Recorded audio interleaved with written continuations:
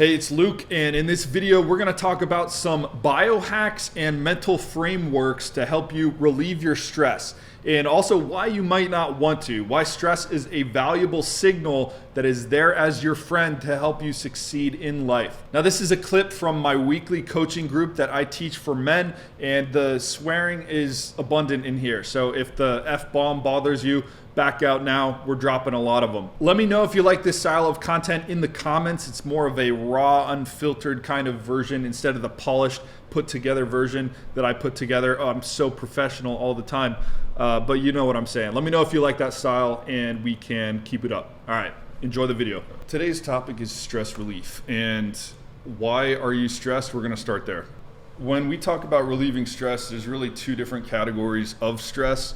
And it's emotional stress and nervous system dysregulation. I think a lot of people confuse the two.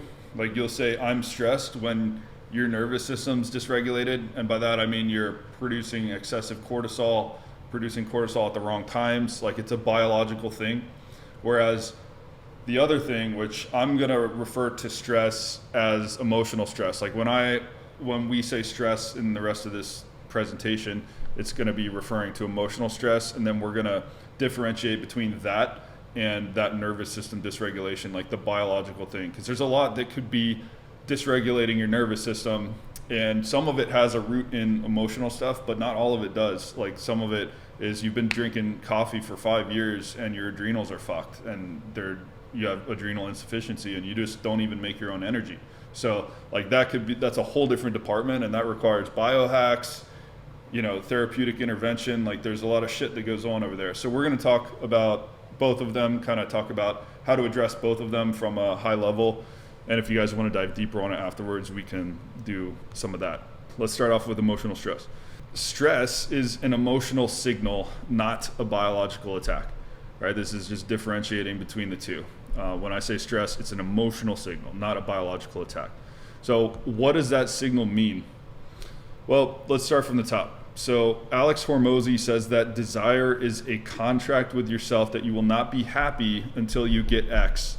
I love that. It's so real. Like it goes back into like Buddhist philosophy, like desires are the root of all suffering, right? You're making a contract with yourself that you're not going to be happy until you get X when you solidify a desire. So desires and goals, we can use that interchangeably. So when you set a goal, either consciously or unconsciously, you're making a contract to be unhappy until you get it. Now, a quick side note, I believe that you accept desires from the ether, from the universe. When you see other people have things that you believe are within your reach, you get an invitation to accept a desire. So you don't have to accept desires as one of your own. You choose to desire something. So I think that's important to clarify. Back to this idea. When you set a goal, you're making a contract to be unhappy until you get it. Now, on the flip side, Tony Robbins defines happiness as progress towards your goals. So happiness equals progress towards your goals or desires. Now, coming back to the original, like closing this loop, what does the signal of stress mean? Well, the stress is a warning signal that your actions or inaction are moving you in the direction of non-progress or a decline in relation to your goals. So I'll cover that one more time. The stress is a warning signal your actions or inaction are moving you in the direction of non-progress or decline in relation to your goals. Now remember, these can be unconscious goals too. So on the surface, it might look like you're advancing in your career and making progress, but you might be stressed the fuck out if you secretly want a family and your work is taking you away from spending time with your wife. Right? So it's important to know, your stress on the surface, it might look like you're making progress and you're like, why am I not happy? But really, like you might have an unconscious desire that you haven't confronted. And on the flip side, I think more often is actually the opposite, which is like your relationship's going well. You can check all the boxes of life being good, but people aren't advancing and chasing those dreams. And that happens to men a lot. I feel like they end up settling in their life, the relationship's decent, but then their fucking drive to go out and conquer wasn't met. So they have that unconscious goal to conquer and they're stressed the fuck out. But everyone's like, dude, your life is great. So I think that's more common. So now let's talk about nervous system dysregulation. So this is the biological component of stress. This is when you're stuck in fight or flight. this is really excessive sympathetic nervous system activation. So we got the sympathetic nervous system and we got the parasympathetic nervous system. Now, I don't like talking about those because it kind of checks off the brains because you start thinking about science. But the parasympathetic is just the rest and digest system. So when you're chilling out, your parasympathetic nervous system's activated. And when you're like ready to fucking go, like when you drink coffee, all this stuff activates your sympathetic nervous system. So that's putting you in that fight or flight mode. When people talk about stress relief, most people are giving you tips to activate the parasympathetic nervous system, like doing yoga, stop working at 8 p.m. They're talking about this type of stress, like the nervous system dysregulation. So now that we've defined emotional stress and nervous system dysregulation, let's talk about stress relief in both of these categories. So the only relief that I've found for emotional stress is planning and taking action that results in progress towards your goals or desires. Like that's the only fucking thing to alleviate that stress. And a lot of us go towards the yoga or towards the decreasing caffeine when we're trying to solve the emotional stress. So there's kind of this mismatch of using the wrong remedies for the wrong type of stress. Here's some quick stress relief for the emotional stress is developing a massive action plan, MAP, and taking immediate action. For example, like a 90-day YouTube video challenge every day, 75 hard, you guys have probably heard that for the fitness. Crank yourself on overdrive for a few weeks, double up on caffeine, take nootropics, cancel social plans for 2 to 3 weeks, and grind. Now, that might sound counterintuitive to the stress relief advice that you're hearing all the time, like do the yoga, chill out, meditate, breath work. But this is what addresses the emotional stress in my experience, is like making massive progress towards your goal. And doing this shit has decreased so much stress for me. Because I used to try to like meditate, and you can't meditate your way out of being a failure in life. It's hard, and I've tried to do it. Like I've tried to do it in the past during like my extreme hippie phase when I was out there like meditating in San Diego, going to meditation class. I'm so glad I learned how to meditate. Like I love meditation. It's a huge asset in my life, but you can't meditate your way out of being a failure. So if you're feeling emotionally stressed, like this is the fucking way to do it. Now we'll talk about the nervous system dysregulation though. Like that's because you can get yourself in burnout. But if you set the goal and just drive towards it, I guarantee you guys, and you've all experienced this on some level, where like you have a massive stress relief when you just feel like at the end of the day you made massive progress towards your goal. Now the other thing to get some quick stress relief is develop a tracking system. And develop, I don't like that because it sounds like a lot of effort. Really, we're just doing this in 2 things I recommend. Google Sheets, basic tracking, you come in, answer it. If you want to link this up with a Google form, that's a great way to do this automatically. So you bookmark in Chrome a Google form that you create to ask you a couple questions, like 3 to 5 max, like not too many. I call this the self-alchemy form. I can show you guys this. I might have shown 1 or 2 of you this before, but essentially you just answer these questions that you ask yourself, and it'll go in Google Sheets and it'll track. The other thing is Momentum. Momentum's a great app. It's probably the best because it's very simple, and maybe even yours at some point, Simon, could replace this. But essentially, that which you measure improves, right? So these are the 2 quickest ways to alleviate your emotional stress: massive action and track. Before I go into this one, you guys tracking with me? All right. Yeah, we're really simplifying this whole concept. You know, I think it's helpful though, because this is a huge concept, this stress relief. We've heard a million ways to do it, but I think taking it down to the bare bones is really helpful. Next, we have nervous system regulation. So this is how to address the biological component of stress. And I'm going to show you my top ones. You're going to get different ones from every biohacker or whatnot. My top ones, everyone says yoga. Yoga is really important, but there's a very specific type of yoga that activates your parasympathetic nervous system. And especially if you're not trained as a yogi, normal yoga, you go to a normal yoga class, it might be stressful for you. In my experience, it is. So I've learned this yoga called yin yoga, which is deep stretching yoga, 2 to 3 minutes, sometimes 5 minutes in one single pose. You do it at home, you know, at night, before bed, or whenever you need to chill the fuck out. But you follow Candace Yoga on YouTube. I'll give you guys a link to it. It's the one I like. I've been doing it for years. She's great. She's chill. Got a real soft, soothing, nurturing voice. And essentially, like, you can fall asleep in the poses. Like, this is not the yoga. If you guys have never tried this is not what you think of when it comes to yoga. And it really activates that parasympathetic rest and digest system. Now, the next two, which are probably the most effective, are breath training and HRV training. You guys have heard of breath work, right? But HRV training is essentially heart rate variability training, which what this is we're trying to get your heart rate to have different lengths between the beats. So a lot of us think we want to have our heart beat on a rhythmic pace, right? You actually don't want that. That's not, if you have your heart beating like a kick drum in a bass line, you're gonna fucking die. You want to have variability between the beats. So you should have like a boom, boom, boom, boom, boom. Like, the more variability in there, the better. To a certain extent. At one point it will become an arrhythmia, but you want to have variability. So HRV training is training our hearts to be variable in between the beats, and this activates our parasympathetic nervous system. If you have great heart rate variability, it's basically your ability to activate chill at any fucking moment, and you'll live longer. So there's something that I've found that combines both breath work and HRV training, and all breath work does in some way train your heart rate variability as well. But the best thing is this thing called the heart math device. So you can kill two birds with one stone. You get the breath work done and you get your HRV training, and you're going to gamify the process. So let me show you this device. There we go. So you can see how it lights up like this, and it's going up and down. This thing hooks to your ear and it measures your heartbeat through your ear, okay? So you hold this in your lap and you watch this, and it's not gonna measure mine, but it's gonna go up and down, and it's gonna start going up and down based on your heartbeat. So this is called a biofeedback device, and essentially you're just getting feedback on your heartbeat. And what it's gonna do is it's gonna create the optimal breath. So you're supposed to follow this with your breath, breathe in, and then breathe out. And it's gonna be based on your heartbeat. And it's not hooked up to mine, so we got a red right there. But if it was hooked up to my ear, it'd be reading my pulse and telling me my optimal breath rate.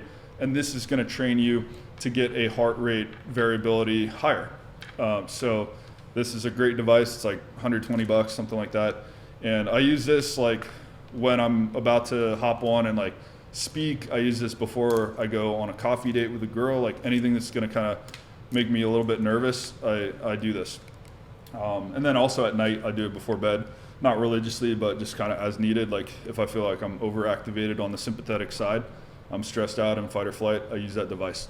But the gamifying part about it is basically like every time you complete a breath, it will either give you like red, blue, or green.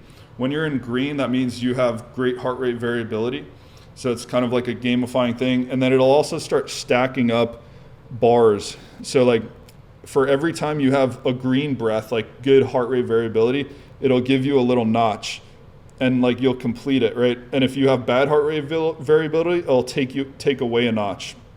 Does that make sense? So it'll like stack up, and when you get the full bar, you've like completed the level. So it's really fucking cool. Next up, we have sleep optimization. Now, again, you can find a lot of different tips on this. I used to be a major insomniac. I used to not be able to sleep for more than 2 hours a night. I got brain scans, all sorts of shit. I've spent countless money on optimizing sleep. These are my tips.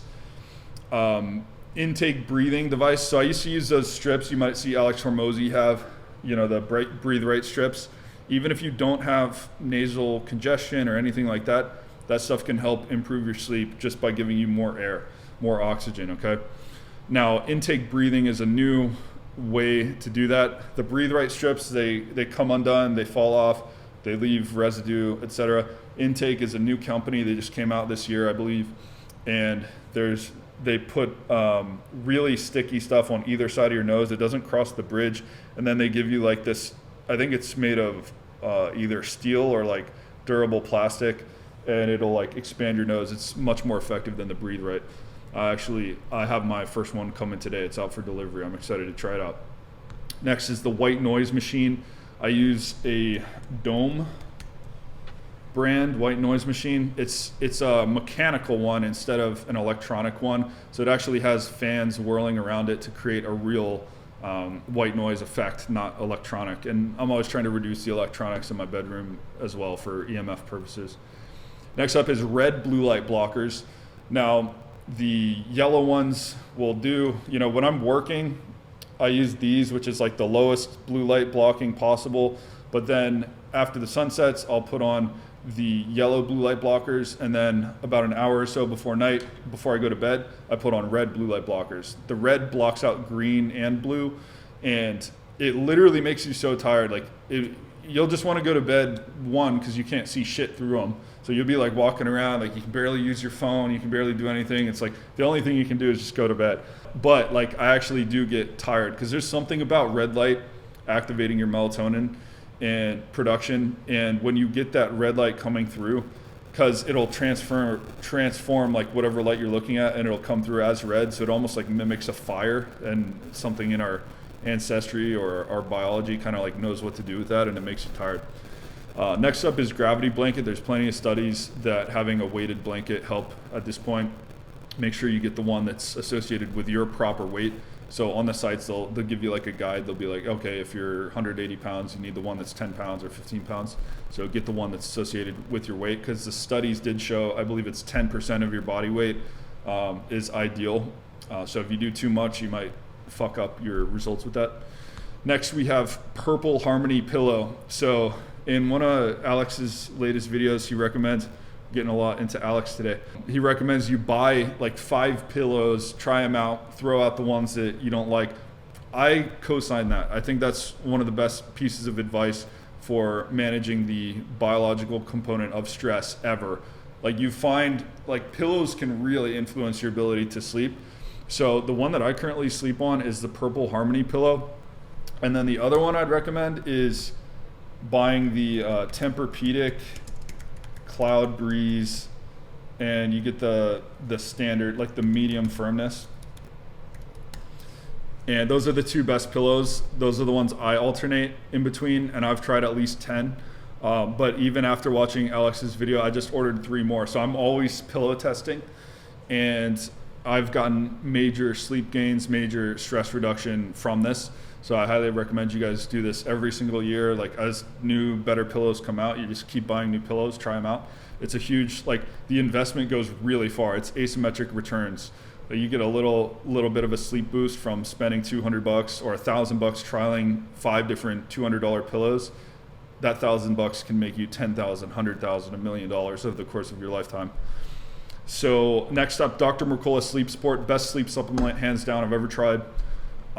It is a spray. It's got melatonin, 5-HTP. It's cheap. That's what I love about it. Cheap, effective, simple blend. It's better than anything. Lion's mane obviously increases your REM sleep, and then black the room out.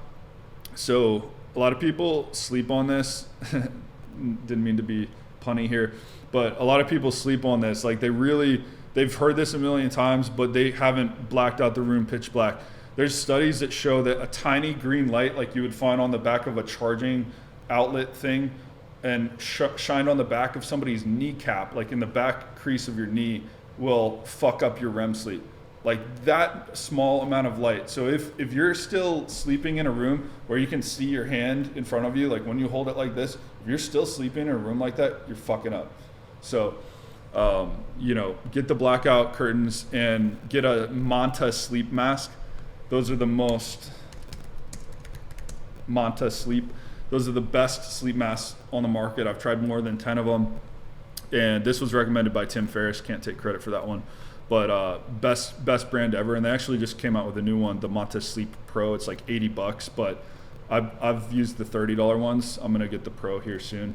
Try it out, see if it's better. But sleep optimization, I'll tell you guys, even when I pull back on biohacks, like occasionally I go through seasons of like intense biohacking and then pulling back and just living my fucking life. Sleep is something I continually optimize, like no matter what phase of life I'm in. Like I'm always like doing this shit, like trying new pillows or whatever, new supplements, etc. And the last one is going to be magnesium breakthrough. Do not underestimate what great magnesium can do for your nervous system. So Magnesium is responsible for all of the functions that are going to be as a part of the process of your parasympathetic nervous system activation. So at the root, magnesium is required for everything that has to occur in your body to activate your chill. And there's multiple different types of magnesium, and in magnesium breakthrough you get 7 of them. The ideal though, magnesium breakthrough is missing one type of magnesium. So the ideal, if you guys want to cover all the bases on magnesium, is you get magnesium breakthrough, and then you get magnesium threonate. So that's the only one it's missing. So you'll have 8 different types of magnesium, and you'll cover all of the functions required to activate your chill and sleep well. So that is about it, my dudes. Emotional stress, nervous system regulation. Those are the ways to combat stress. That is why you're stressed. And yeah. Same. I'm not huge into tracking anymore. Like when I try something radically different, I like to, but I don't like waking up and if I have a bad sleep score, feeling like I failed by sleeping improperly. And that I realized I got more negatives by tracking than I did positives. Although I do think it's really important to track if you're going to try like something pretty advanced. You know, if you're going to try DSIP, deep sleep inducing peptide, and inject that or something, and you want to see like did it really actually increase my deep sleep? Yeah, it's really important to track that stuff so you know. But otherwise, I don't like feeling the stress of that. I agree with you. Yeah, like I'm not gonna go off 1 day or 2 days of tracking data. Like when I say I'm gonna use tracking to test these things, I'm talking like, yeah, like if I'm gonna be like methodical about it, I'm gonna get like a month baseline first with the Oura Ring. I have the Dream headband. It goes on your head. It's a bit more accurate because it measures your EEG, but it's obviously not as comfortable as a ring. But yeah, like, and then you want to get like a week with it, a week without it, like test again, you know, verify that it's actually making a difference. And you can go like really intense with it. Me personally, I kind of slapped a bunch of this stuff together and it feels good for me. Like I sleep pretty damn well these days, and I slept terrible at one point. So I just, the most impactful things for me have been waking up, looking at the sunrise, and then blocking the light. I'll tell you, like, I would love to, and then the sleep support. Those two are probably it for me. The sleep support was the first sleep supplement that I ever felt that actually changed my sleep. And yeah, and then Phenoboot is pretty good too. That one actually increases my deep sleep. So when I did measure like that really methodical approach, the first time I got my Oura Ring was back in like the first year they came out with it, like right when they came out with it. And I was doing no sleep hacks whatsoever. And then I added in Phenoboot. It was back when Dave Asprey had a Phenoboot product. So this was way back, and it was called GABA Wave. And I noticed that the Phenoboot would increase my deep sleep by like 10%. So, well, technically it would increase it by like 200% because I would have like a 10% deep sleep, and then it would boost me to like 20%. So it was really effective. So Phenoboot's pretty good. I have, I've done my genetic tests and whatnot, and I have fast caffeine metabolism, so I'm not too strict with it. I'll drink coffee. I'll drink a fat cold brew at like 2:30, 3 p.m., and I'll still sleep like a baby. Would I sleep better without it? Yeah, because based on the half-life of caffeine is like 6 hours. So if I have 200, 300 milligrams of caffeine at 3 p.m., I'm definitely still rocking at least half of that by, 6 hours later. So yeah, it's technically, but it doesn't seem to interfere with me. But one thing you can do to help yourself metabolize caffeine if you do take it later is have rutacarpine. And that is, you can find that in a blend of the Genius company. Genius Sleep has rutacarpine in it and some other stuff that'll help you out. So if you combine Genius Sleep with that Dr. Mercola 5-HTP sleep support, that's a good blend to handle if you do have to have caffeine later in the day. This supplement, if you guys are taking caffeine, like, you should all be on this. I am. It's called HPA Axis. So this basically restores your adrenals' ability to produce your own energy. And part of that is cortisol regulation. So people look at cortisol like it's this bad thing. Well, you need cortisol to wake up in the morning. So the way you want cortisol to go is when you wake up, you want your cortisol to spike. And that's part of the reason why we go into the sun. When you expose yourself to the sunlight and look at the sun rise in the morning, it helps spike your cortisol. And what you want cortisol to do is spike in the morning and then taper down through the rest of the day and shut off when you're trying to go to bed. But the problem is, a lot of people, when you drink a bunch of caffeine, your body doesn't make that cortisol in the morning. So one of the first things when you go to like a good holistic practitioner, like a naturopathic doctor, is they give you cortisol measurements, and you got to spit in this cup and send it in. And when I went, they found like I wasn't producing cortisol in the morning. So my adrenals I had adrenal insufficiency is what they call it. And so I'm not pumping up cortisol. That's why I'm sleepy in the morning. That's why I feel low energy.